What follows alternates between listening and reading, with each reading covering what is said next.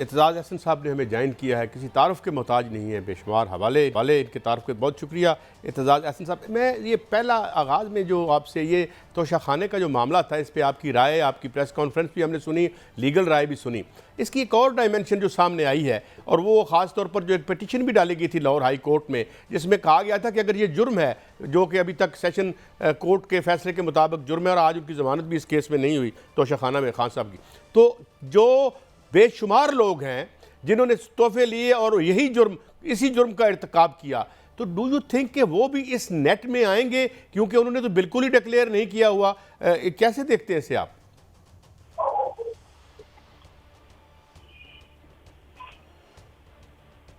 मेरा राब्ता शायद मेरी आवाज़ जी एतजाज़ साहब, मेरी आवाज़ आ रही है? मुझे लगता है कि कोई राब्ते में थोड़ा सा, चलें हम ट्राई करते हैं। इसके साथ साथ मैं यानी ये जो मैंने बात एतजाज़ साहब से पूछी वो यही थी कि ठीक है, हम अभी तक तो अदालत ने उसे जुर्म करार दे दिया है। मुमकिन है कि इससे ऊपर वाली अदालत और उससे भी ऊपर वाली अदालत जो है इस सज़ा को रिटेन रखती है या इसको तो फिर इसका मतलब ये हुआ, ये तो बड़ा घिनौना जुर्म है और यकीनन है कि आपने लिए ये, इस बात को तो छोड़ देना, इस बात की जो जो जो इस पे हम वैल्यू जजमेंट नहीं देते कि हुक्मरानी में इस तरह का कानून भी होना क्या ज़रूरी है, मगर हम क्या करें, वतन अजीज़ में इस तरह होता रहा है। मगर फिर जब एक अदालत ने यह कह दिया है कि जनाब ये जुर्म है, इस पर आपको 3 साल कैद की सज़ा भी हो सकती है, 1 लाख जुर्माना भी आपने देना है, तो फिर क्या जिन लोगों के नाम आए हैं, तो जी एतजाज़ साहब सॉरी, मैं माफ़ी चाहता हूँ राब्ते में, तो मेरा सवाल अगर आपने नहीं सुना था तो मैं दोबारा अर्ज़ कर किए देता हूँ कि ये जो जुर्म है, अगर ये जुर्म है अब तक जिस तरह तोशाखाना, तो इसकी सरजद करने वाले तो दर्जनों हैं, तो क्या अब इस नज़ीर के बाद, इस फैसले के बाद उन पर भी जो है कोई होगी, जद में आएंगे? जी बहुत सारे, फिर तो हर कोई आएगा। ये तो ज़ाब्ते के मुताबिक, जब ज़ाब्ते कोई जुर्म बना दिया है, ज़ाब्ते के मुताबिक, अब ज़ाब्ता था जो उसके मुताबिक ही सारे वज़ीर आज़म पहले के भी और बीच में शौकत अजीज साहब भी और दीगरान इस्तेमाल करते रहे तोशाखाने को। तो इसमें कोई कानून की आंख में तो कोई फर्क नहीं नजर आता, नाम का फर्क होगा और कानून की आंख में कोई ऐसा फर्क नजर नहीं आता। अच्छा एतजाज़ साहब, ये फरमाइए कि मैं खान साहब की केस की तरफ आता हूँ। अभी तो ज़मानत अभी इब्तदाई तौर पर तो इट वाज डिनाइड, तो डू यू थिंक, सब लोग कह रहे थे कि 3 साल की सज़ा एक लंबी सज़ा नहीं होती, और आमतौर पर, और हमने देखा भी कई केसेस में ज़मानतें हुई, बल्कि ज़मानतों के बगैर भी मुलज़म जो हैं माशाल्लाह दिन दहाड़े वो निकल गए जिधर जाना था उन्होंने। तो इधर भी कुछ ऐसा मामला होगा या लगता है कि एक लंबा अरसा वो हैं जेल में? इसमें इस केस में तो नहीं, ज़्यादा देर रख ही नहीं सकते। इस केस में तो उसको असूली तौर पे आ जाना चाहिए था, इसको चेयरमैन तहरीक इंसाफ को बाहर आ जाना चाहिए था इस वक्त तक, इस केस में, क्योंकि इसमें बहुत जजमेंट्स हैं।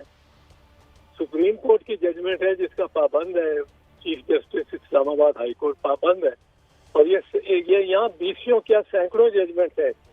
और सुप्रीम कोर्ट की एक जजमेंट मैं आपको उसका खास हवाला देता हूँ, 1999 supreme court monthly report page 2589, ये केस है जिसमें 5 साल की सजा को सुप्रीम कोर्ट ने कहा है ये शॉर्ट भी समझी जाएगी, और शॉर्ट सेंटेंस, और शॉर्ट सेंटेंस में कोई इतना वो नहीं होता, वो उसमें मुलज़म को रखा नहीं जाता जेल में, बल्कि उसको सस्पेंड कर दिया जाता है।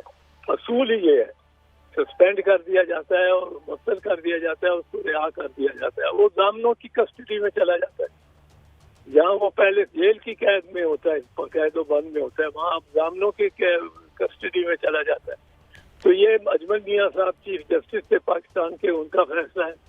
इसके अलावा लाहौर हाई कोर्ट का भी रिसेंटली आया हुआ फैसला है जिसमें 7 साल को भी शॉर्ट सेंटेंस समझा है, कोई मेरिट्स पे नहीं गया, कोई कुछ नहीं, 7 साल को शॉर्ट सेंटेंस समझ के उन्होंने कहा है कि ये तो शॉर्ट सेंटेंस है, इसमें तो बेल और सस्पेंशन ऑफ जो सेंटेंस वो एज ऑफ राइट ही हो जाना चाहिए। तो इसमें कोई पूछने की जरूरत नहीं कि क्या जुर्म था, क्या कुछ था, क्या शहादतें थी, क्या कुछ। तो ये तो रूटीन में मेरा तो ख्याल था कि आमिर फारूक साहब जिन पे लग रहे हैं इल्जामात इसके जी बायस के और तसब्बुब के, वो इस केस के उसमें बेल दे के और फिर सेंटेंस सस्पेंड करके बड़ी आसानी से कुछ पॉइंट्स कमा लेंगे, कह सकेंगे कि जी अगर मैं मुतसब होता तो मैं पहले दिन ही क्यों ना उनकी बेल ले लेता और सस्पेंड कर देता। अच्छा, या आप कोई किसी और के साथ देखें, इस केस में एक आध बड़ी अनोखी वारदात हुई है। वारदात ये हुई है कि वो जज हुमायूं दिलावर ने फैसला सुनाया है कोई 1 बजे, और 1 बजे इस्लामाबाद में, और 1:10 पे पुलिस, पंजाब की पुलिस जिसके पास कोई वारंट नहीं, कोई कागज नहीं, कोई इख्तियार नहीं, वो क्यों, तो सजाएं तो होती रहती है मुल्जिमों को कई सारी। अब ये तो नहीं कि सखर में किसी को सजा हो और वो बैठा हुआ बंदा गुजरात में हो तो मैं पुलिस को गुजरात की को बुला के कहूँ पकड़ो इसको। वो एक पूरा ज़ाब्ता है, उस ऑर्डर की कॉपी आनी है, सदका कॉपी मिलनी है, उस पे उन्होंने डायरेक्ट करना है कि किस थाने में जाके किस थानेदार को आपने ये देना है, और वारंट उसमें फिर आपको इमदाद करनी है आपको इसे।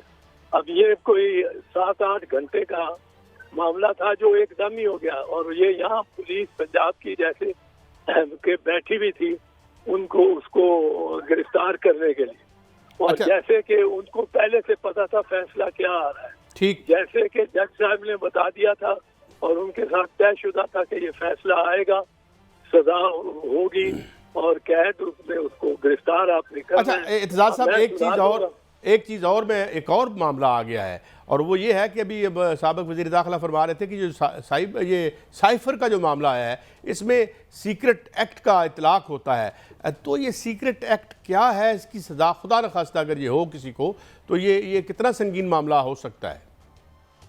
नहीं, वो तो काफी संगीन हो सकता है, सजा भी ज्यादा है। और साइफर का तो एक्चुअली मजाक बन गया है, पता नहीं साइफर को क्यों ये लिए फिरते हैं।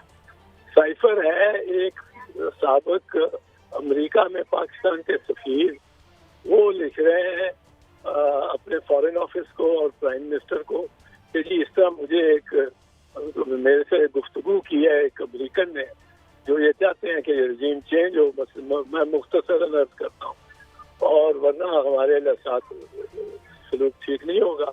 अब वो सफीर साहब भी मौजूद है, और साइफर में उसको डी क्लासिफाई करने वाली अथॉरिटी कौन है? डी क्लासिफाई करने वाली उसको अथॉरिटी है ही प्राइम मिनिस्टर। तो प्राइम मिनिस्टर को के ऊपर मुकदमा चला दें कि तुमने डी क्लासिफाई किया, हालांकि उसने डी क्लासिफाई नहीं किया, ये गया उसी नहीं, आप ये कह रहे हैं कि प्राइम मिनिस्टर डी क्लासिफाई कर सकते हैं? He is the authority. He is the chief executive of Pakistan. He is the authority. He is the government. Okay, बहुत शुक्रिया राज हसन साहब, आप हमेशा हमें वक्त देते हैं और बड़े एक मुतदिल ओपिनियन और बड़ी इत्तेदाल के साथ हमें चीज़ें समझाते हैं। एक ब्रेक है।